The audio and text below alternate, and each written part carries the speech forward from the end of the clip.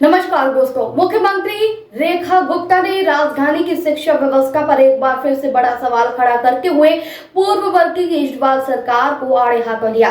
उन्होंने कहा कि आम आदमी पार्टी की सरकार ने सिर्फ स्कूलों की इमारतें खड़ी की, लेकिन जमीनी स्तर पर शिक्षा की गुणवत्ता को लेकर कोई ठोस काम नहीं किया गया।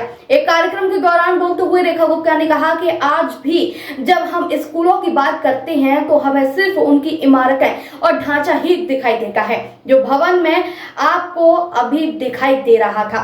वो 2018 में केजरीवाल सरकार के द्वारा बनवाया गया था, लेकिन मात्र 2 साल में ही वो पूरी व्यवस्था नष्ट हो गई क्योंकि वो एक पूरी तरह कृत्रिम प्रणाली थी। उन्होंने आगे कहा कि दिल्ली में शिक्षा का जो मॉडल बताया गया वो केवल प्रचार आधारित था और उस मॉडल की असलियत अब उजागर हो चुकी है। उन्होंने सीधे तौर पर आरोप लगाया है कि सरकार ने शोपीस मॉडल खड़ा किया जिसमें सुविधाएं दिखावटी की, न कि टिकाऊ। सीएम रेखा गुप्ता ने विशेष रूप से हैदरपुर गांव का जिक्र करते हुए कहा कि ये क्षेत्र घनी आबादी वाला है, लेकिन आज तक वहां ना कोई अंग्रेजी माध्यम स्कूल है और ना ही कोई विज्ञान आधारित स्कूल। उन्होंने सवाल उठाया है कि अगर वहां के बच्चे विज्ञान पढ़ना चाहें तो कहां जाएं? उन्हें मजबूरी में दूसरे इलाकों में जाना पड़ता है। क्या यही शिक्षा का अधिकार है? आज भी जब हम चर्चा करते हैं तो स्कूल हमें जस के तस मिलते हैं। उनकी बिल्डिंग, उनका इंफ्रास्ट्रक्चर जो मैंने अभी दिखाया कि सामने की ये देख रहे हैं आप, पूरा का पूरा ये 2018 में आदरणीय केजरीवाल की सरकार के द्वारा बनाया गया और 2 साल बाद ही वो ढह भी गया।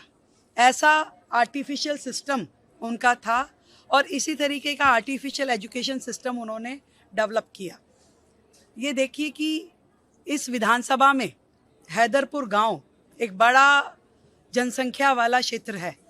आज तक वहाँ पे इंग्लिश मीडियम का कोई स्कूल नहीं है, साइंस का कोई स्कूल नहीं है। यदि उस गांव के, उस कॉलोनी के बच्चों को साइंस पढ़नी हो तो वो कहाँ जाएं? यदि अपने 11 साल के कार्यकाल में पिछली विधायक और पिछली सरकार स्कूल के बच्चों को, उस क्षेत्र के बच्चों को एक साइंस का स्कूल, एक इंग्लिश लैंग्वेज का स्कूल नहीं दे सकते थे, तो आप मानिए कि किस दिशा की और उनकी एजुकेशन पॉलिसी थी जिसकी वो चर्चा करते हैं। किसी भी स्कूल के ग्राउंड, गार्डन अब बुरी हालत में है। बच्चों के लिए स्पोर्ट्स फैसिलिटी जीरो है। इसी तरीके से हर चीज़ में सिक्योरिटी से लेकर के और सैनिटेशन तक स्कूलों की सुविधाएं नहीं हैं।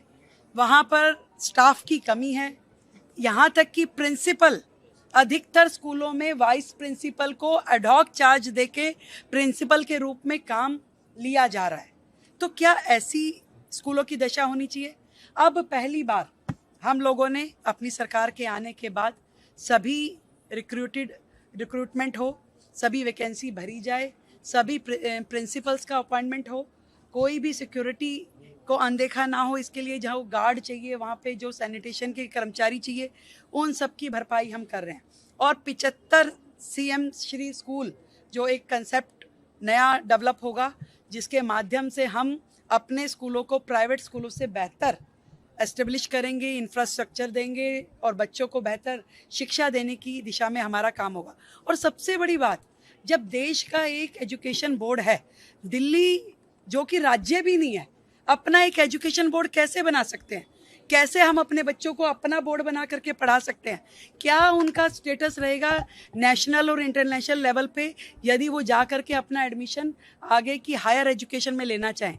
तो ये प्रशंसनीय विषय है जो कि मुझे लगता है कि दिल्ली के बच्चों के भविष्य के साथ खिलवाड़ था, जिसे अब हम सुधारने की दिशा में काम कर रहे हैं।